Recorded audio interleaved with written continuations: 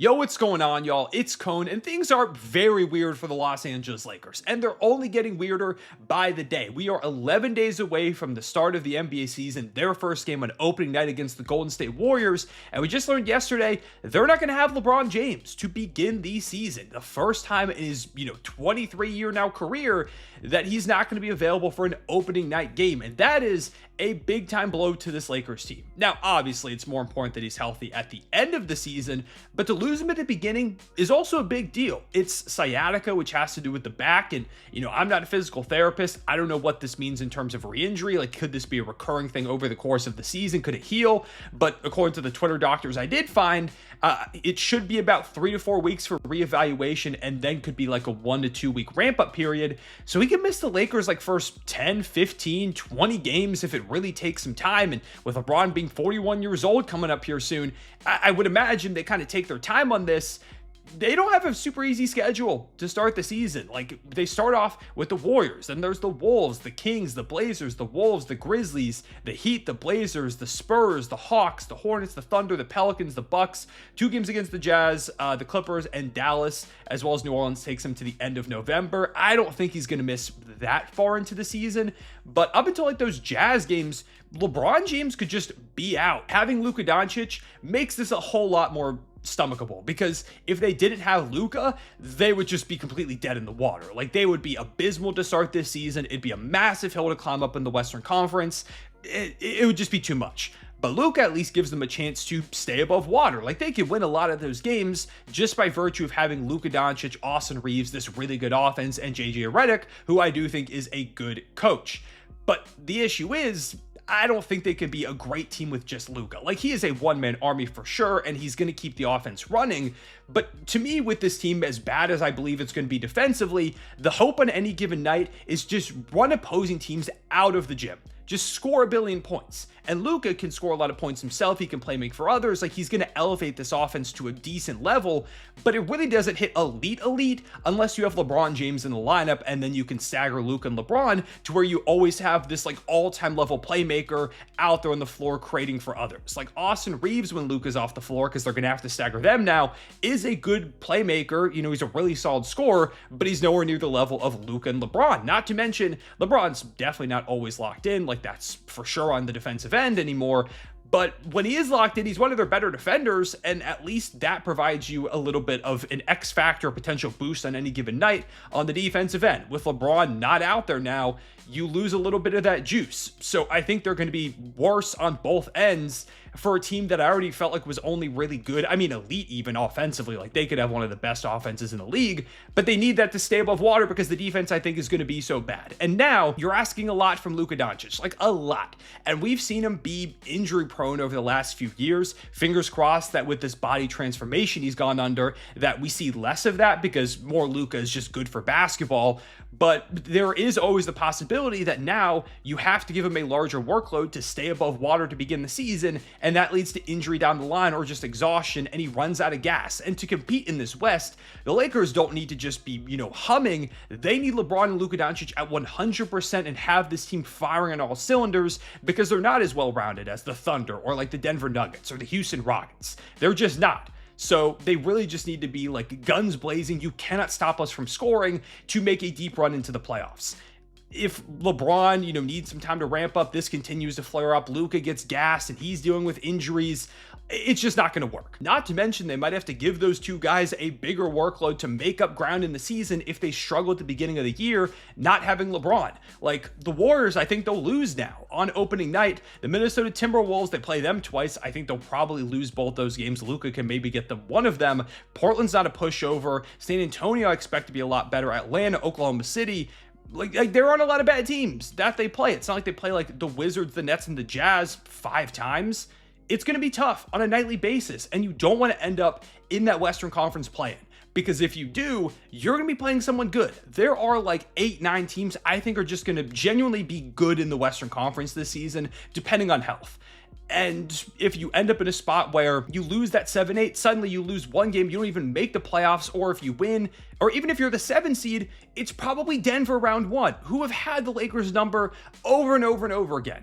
Or it's Oklahoma City, who is this unbelievable defense and just had one of the best seasons statistically of all time. I don't think you want to run into either of those teams round 1. I think you'd rather face them round 2 or conference finals if you get the right matchups. There is a lot to think about with this LeBron injury. I don't think they'll be terrible. If I had to project their record, like maybe 8-7, 9-6, which is pretty good, in those first 15 if you don't have LeBron James. But is that going to be enough to stay above water when you inevitably have to face a lot of really tough teams towards the end of the season, and you're trying to give those guys nights off, especially LeBron James at age 41, who you desperately need? And also with LeBron, there is the continuous hanging cloud over this Lakers squad of, is he going to retire at the end of the season? Is he going to be here? Because it seems like that bond is somewhat broken. JJ Redick was asked about, LeBron James, and said he's kind of on his own timetable, which is, interesting. And we'll see what happens there. He accepted his player option. We're getting all these reports that the Lakers kind of want to prioritize Luka, which absolutely makes sense. But a big portion of that plan could be them going into this upcoming summer and just trying to sign somebody new to be a co-star next to Luka. It doesn't feel like LeBron, whether he continues to play or not, is going to be a Laker next season. So that is something hanging over him. And how much is LeBron going to push himself if this is an issue and he wants to play one more season for a team that he might not be on next year? I don't really know. And, maybe this does end up being LeBron's last year, but I don't think so. It's 11 days before the season. I think he would have announced it by now because I think he wants a retirement tour. I would just expect that is the route that he's going to take. Maybe I'm wrong, but that's kind of the vibe that I get. So a lot going on with LeBron James. Basically, Luka, for the Lakers' sake, thankfully, is under an extension, so it's not like they could disappoint this season. He could walk, which is, of course, the worst case scenario, by far not even close. But there is still pressure for them to be competitive for Luka's sake, because he just showed last season he could lead, or I guess 2 seasons ago now, because we're about to start the new one, that he could lead a team to the NBA Finals. So it's not like he's this 22-year-old guy who's like, hey, I'm just excited to be a Laker. We'll see what happens. We can take a few years. Luka probably wants to win right now, which is absolutely fair. And they don't have a lot of assets, so there's that, thing hanging over them too, that they got to be competitive. How competitive can they be if LeBron is in and out of lineup with injury, or if he's not starting the season? Where are they going to end up in the standings? You also have the fact that, I just don't feel great about the team in general. I don't think they're a bad team, but I've seen some people think they're a championship contender, could win the finals, could win the West. I just don't see that with this squad. I think the offensive upside is ridiculous. They could maybe be the best offense in the league. I don't think they'll quite get there, especially again with LeBron out to start the season, but top 5, very, very attainable. I just think the defense is going to be too much of a mess to beat the elite juggernauts in the Western Conference, or one of the juggernauts in the East if they found a way to make the finals, which I just don't think that they can. Also, the existence of Deandre Ayton on this roster too, in and of itself, is weird. You've got this former number 1 overall pick who had this great, beginning to his career where he was the center, the anchor for this Suns team that made this huge run to the finals that shocked the world with Chris Paul and Devin Booker and Mikal Bridges and Cam Johnson. He was part of that unit, and then he just kind of stopped trying, went to Portland and really stopped trying, and now he's with this Lakers team, but basically just having to prove it to stay in the NBA beyond the next couple of seasons. He has been on a crazy trajectory, and some people still believe in him. I don't really. I think he could have a better season this year playing with Luka and LeBron, but it doesn't help that apparently he's just not practiced with them. He was asked, what's it like, playing with Luka and LeBron? He's like, I don't really know. We haven't played together yet. And LeBron, I get it with injury, but he hasn't played with Luka yet. What is happening there?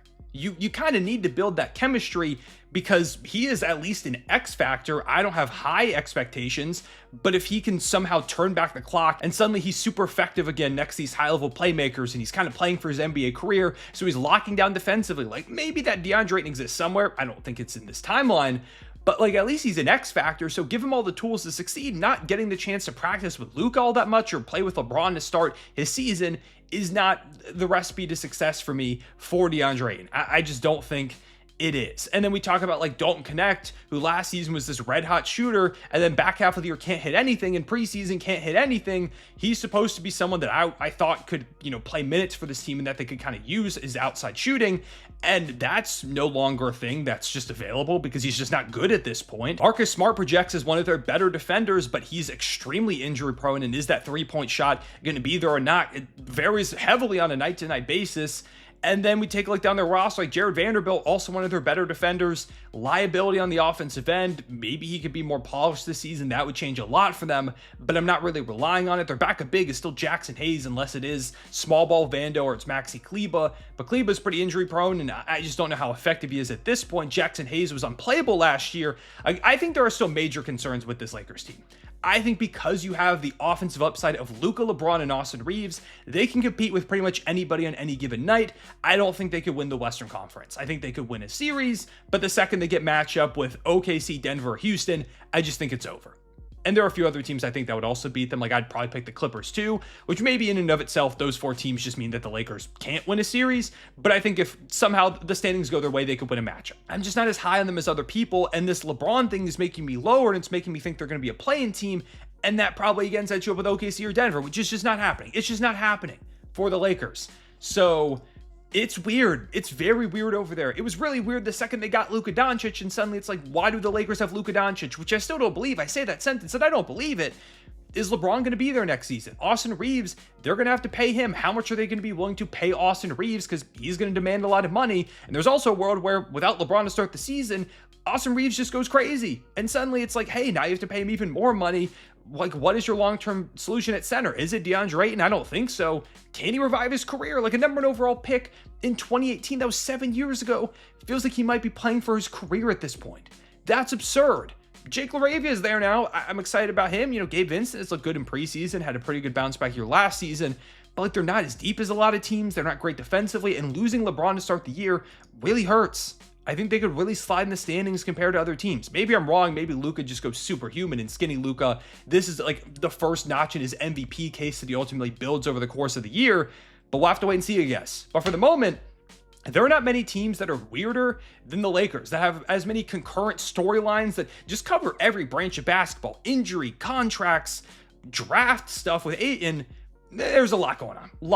So those are my thoughts on the Lakers for the moment. I kind of just need to rant and get out there and talk about like what is going on and some of my thoughts on them. Let me know what your thoughts are on the Lakers going into the season. Do you disagree with me and think that they are a contender? Do you think the LeBron James injury matters long term? Where do you think LeBron plays next season? Do you think Luka could just transform everything and go absolutely insane to begin the year, and he leads the Lakers to like a top seed ultimately, and this leads him to an MVP case? Do you think Luka can win MVP? Because I don't know if he can. Not because of him individually. I just don't know if this team is good enough to match up with like Shea and Jokic are going to be at the top of the MVP case because they put up absurd numbers and their teams are going to be ridiculously good. Luka's going to put up ridiculous numbers, especially with LeBron out. But I just can't see the Lakers having the team success alongside his numbers to lead him to the top of that conversation. It's the same way I feel about Giannis. Like, I just don't think Giannis really has that much of a chance because I don't think the Bucks are going to be very good. And I also think Giannis could get traded during this season. I wouldn't be surprised. And maybe I'll make a video talking about that. But yeah, let me know any other teams you want me to talk about before the season starts. Leave a like and subscribe if you enjoyed. Hit the notification bell so you don't miss out on future videos. Might go to ring night in Oklahoma City. So if you're going to be there, I might see you there on the 21st. But yeah, appreciate watching. I'll see you all later. Everyone, say it back.